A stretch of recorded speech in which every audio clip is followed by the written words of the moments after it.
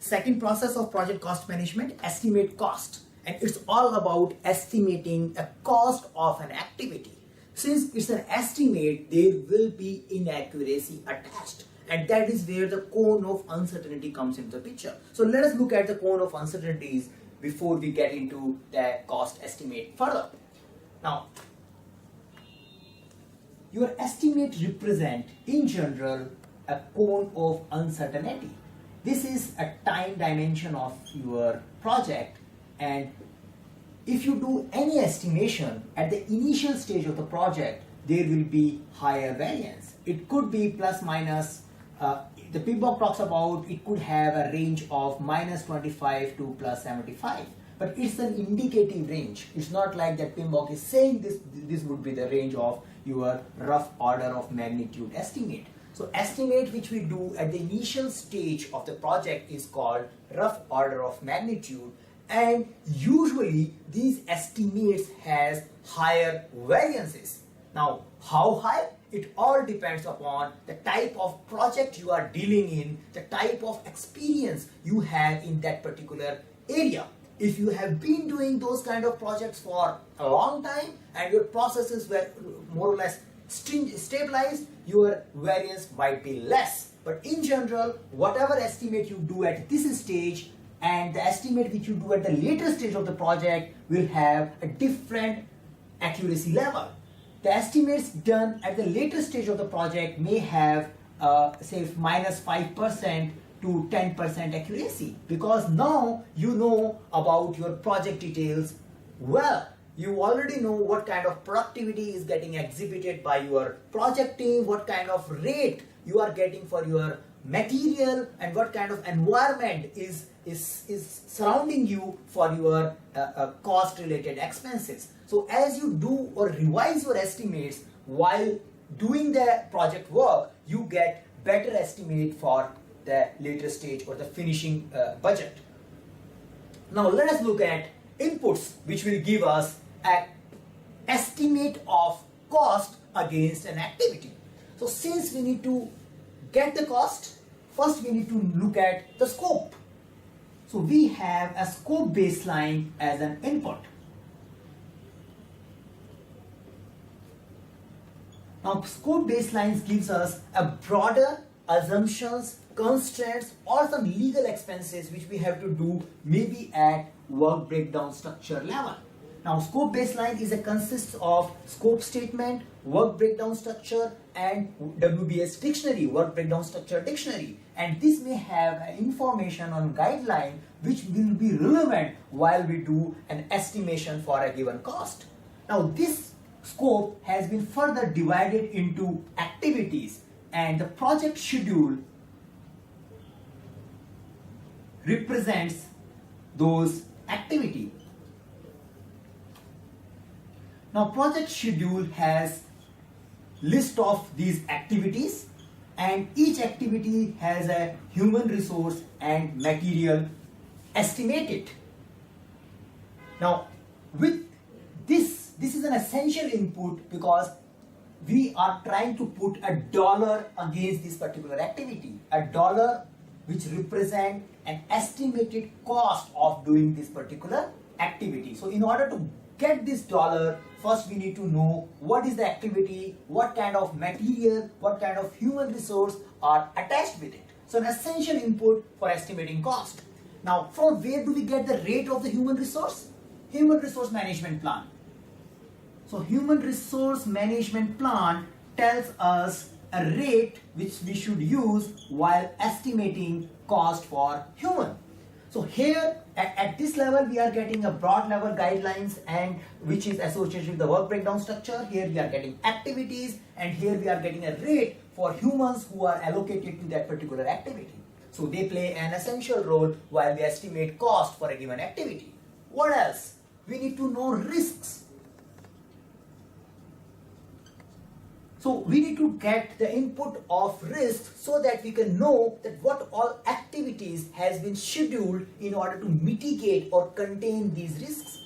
So for the containing the risk, we may need to put some reserves. For mitigating other risk, we may have planned some activities which also need to be considered while we estimate a cost for a given activity. So this also gives us an indicator for estimating the activity cost.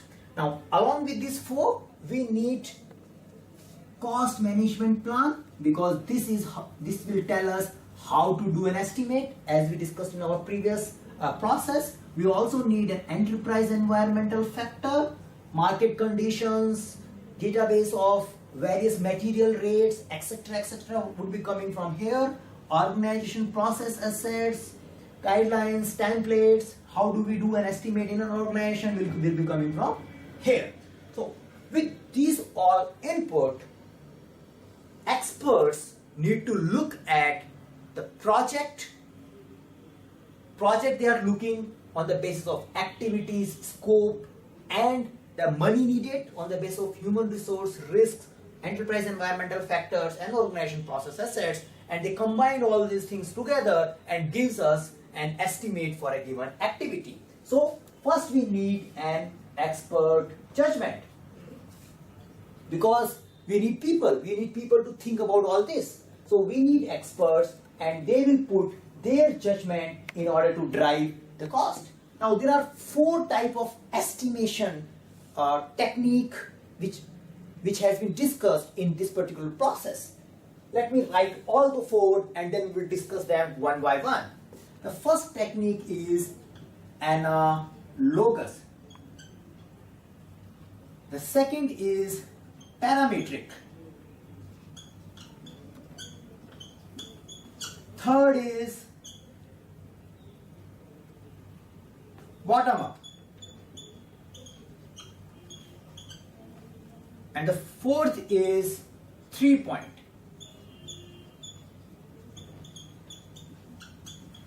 Now the analogous estimation technique talks about estimating something on the basis of previous experience. So for example, this is your project and you have done a similar nature of project, but it was a bit different, but more or less was similar. So you estimating the cost of your current project on the basis of some previous experience. So you look at the activity, you look at a work breakdown structure, or you look the complete project on the basis of your previous history. Like, okay, we have done this project before, so it should cost similar. The analogous estimation is a technique where we estimate a cost or a time, because we also use in a time management of an activity on the basis of a previous experience or a previous cost of doing a similar work. So that's an analogous estimate. Parametric estimate. Parametric estimates talks about that you have a parametric model which takes some inputs and tells us what would be the cost. For example, if you are constructing a road, you may have a parametric inputs which talks about, tell me the kilometer area or the area of a given road, and I will tell you what should be the cost. If you have a model which takes some inputs which could be identified, like a square kilometer area of a given road construction, and on the basis of other conditions, it can tell us that it will be costing you this much. So in our project, if we have this model established, we can use that model and put those inputs. Okay, my activity has these characteristics, and this model will tell us that this would be the cost of our project or an activity or a work breakdown structure. Bottom-up estimates. Now, usually analogous and parametric estimates are used at a top level. Now, in general, analogous and parametric estimate is a way of doing things. You can do it at a lower level also. But in practice, when we talk about analogous estimate, we usually do at a higher level. Means we don't break the project in details and we say that we have been doing these kind of projects before, so this is the cost. Or a parametric estimate, yes, we need to construct this road, and this is the square kilometer area, and on that basis this is the cost. So we don't have to get into the detail of activities like when will we start, what kind of labor we will apply, what kind of material we will buy, and then we say this would be the cost. So they too are more or less like top down. We have a formula, we have a model, we get the cost. The reverse is bottom up. Means we identify detailed activities of a given work and we do estimation at those activities level. So when we are doing estimation for an activity, we try to take input from the people who are responsible for executing that activity. So this technique talks about that divide the complete project into a project schedule activities, and for each and every activity get an input from the people who know about those activity maximum, and then you aggregate your estimates for creating the budget. So in this technique, we capture the input at activity level. 3-point estimate. Now, it's a version where we don't ask one input, but we ask 3 inputs. What does it mean? We says that give me 3 information. What is the most likely cost you think it will occur? Give me a pessimistic number. If things goes wrong, what could it cost? Give me an optimistic number. If things are very favorable, how much cost will be there for executing this particular activity? So 3-point estimate, rather than using a one number for a given activity cost, we take 3 numbers in account. Optimistic, pessimistic, and the mean most likely. How does it help? Because the final estimate we drive on the basis of these 3 numbers. We can use 2 types of distribution. The triangulation distribution talk about averaging these 3 numbers by 3, and the beta distribution, or also called PERT distribution, which is most commonly used if the exam is asking to drive the number and not specifying which distribution you have to use. By default you need to put this, which gives a weightage to a most likely. It says optimistic plus pessimistic, but give a 4 weightage to a most likely and divide by 6. So the 3-point estimate, the fundamental is capture the input in 3 points and then put in formula. These are the 2 possible formula. You can derive your own formula depending upon your project nature, but you need to document that in a cost management, because this is what I am going to use, and use the number which is coming out of these 3. Now, few more techniques for driving an estimate. We need to do a reserve analysis.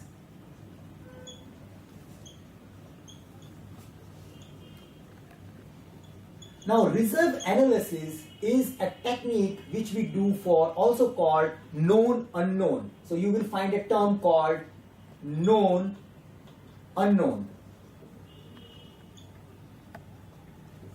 Means I know that there is going to be a rework in my project.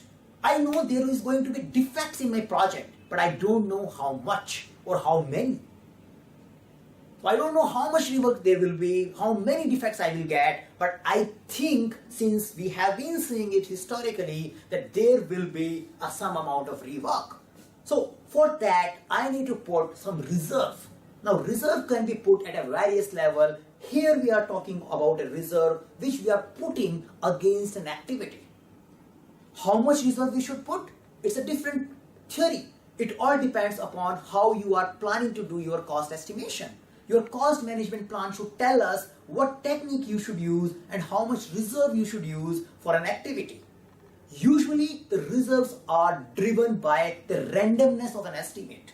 If the randomness is too high, you may need more reserve. If things are more predictable, you can tell that this much time will be needed for a given activity. So we do a reserve analysis as an estimator, and we identify what kind of reserve amount of money you need against those activities, and that technique or identifying that amount is called reserve analysis. We may also apply a technique called cost of quality. Now, cost of quality is we will discuss in detail during quality management knowledge area, but it is something that what amount of money you are going to spend to ensure the quality of that activity. So that goes under cost of quality. We may also need to do a vendor bid analysis. because if we are outsourcing some part of our activities, then we need to identify the estimated cost of those vendor activities by doing a vendor bid analysis. Because at this stage, we may not have selected vendor yet. So we don't know the exact price of those particular activities which are done by the third party. But in order to give a budget, we need an estimate for those vendor related activities as well. And that can be done by analyzing various bids which we are receiving from various vendors, and on that basis we can estimate the amount, the cost of a vendor related or third party related activities. What we do on top of it? We apply group decision making. It's a big problem. One expert cannot apply all this technique and give us an accurate estimate. We need to involve group of experts and apply maybe multiple techniques. A lot of time it happens that project uses more than one estimation technique to drive a better, accurate estimate for a given project. But remember, accuracy is a subjective thing. It will keep changing as you proceed in your project life cycle. So you need a group-based decision making. Means a group of people talking about this problem, interacting with each other, analyzing this data, and coming up with an estimate for a given activity. And since that amount of work is too much, you would be generating good amount of data while doing all this. You will need, it's good to use a project management software. So you would be needing project management software as a tool of technique which can also help you in giving some projections. Because on the basis of the variance between optimistic and pessimistic, your software may be able to give you an indication for a reserve you need. So the software, uses of a software can also help you first in giving some indicative information which can give you a better estimate. So after doing all this, we come up with activity cost estimate. So activity cost estimate is something, I represent activity by the row, and you were knowing that you need people, you were knowing that you need material, you may be knowing that there are some other legal things which are coming from scope statement, there are some financial guidelines which are coming from my WBS. Now for this, how much dollar I am expected or how much money I am expected to spend, this is the number which I am getting from this process. Now this number may constitute cost related to human resource, cost related to material, cost may related to legal and other licensing issues. You may need to buy a software, you may need to take a license of a given software for performing this particular activity. It may also include cost of financing. You may need to take a money on interest, on loan to finance this particular activity. So the cost of money may also come into a picture. And reserve. What kind of reserve you are putting for this particular activity, a contingency reserve you are putting for this particular activity, that also is included when you put a dollar number for a given activity. Now, this is the first output of this process. The second data for the output comes from this process is basis for estimation. Now, you have done all this, you have applied all this. What were your assumptions? What were the commercial database which you have referred? What kind of market conditions you have forecasted? So those kind of things you need to document in basis of your assumptions, basis of your estimation. It should be detailed enough. So the people who are compiling this activity level estimate can know the background of this estimate. in case they need a clarification, they can look at it and get a sufficient information just by looking your assumptions and basis. And third, this exercise may result in updation in project document. Project documents like risk, activities may get updated. Now, in summary, a process which gives us a dollar number against project activity is estimate costs.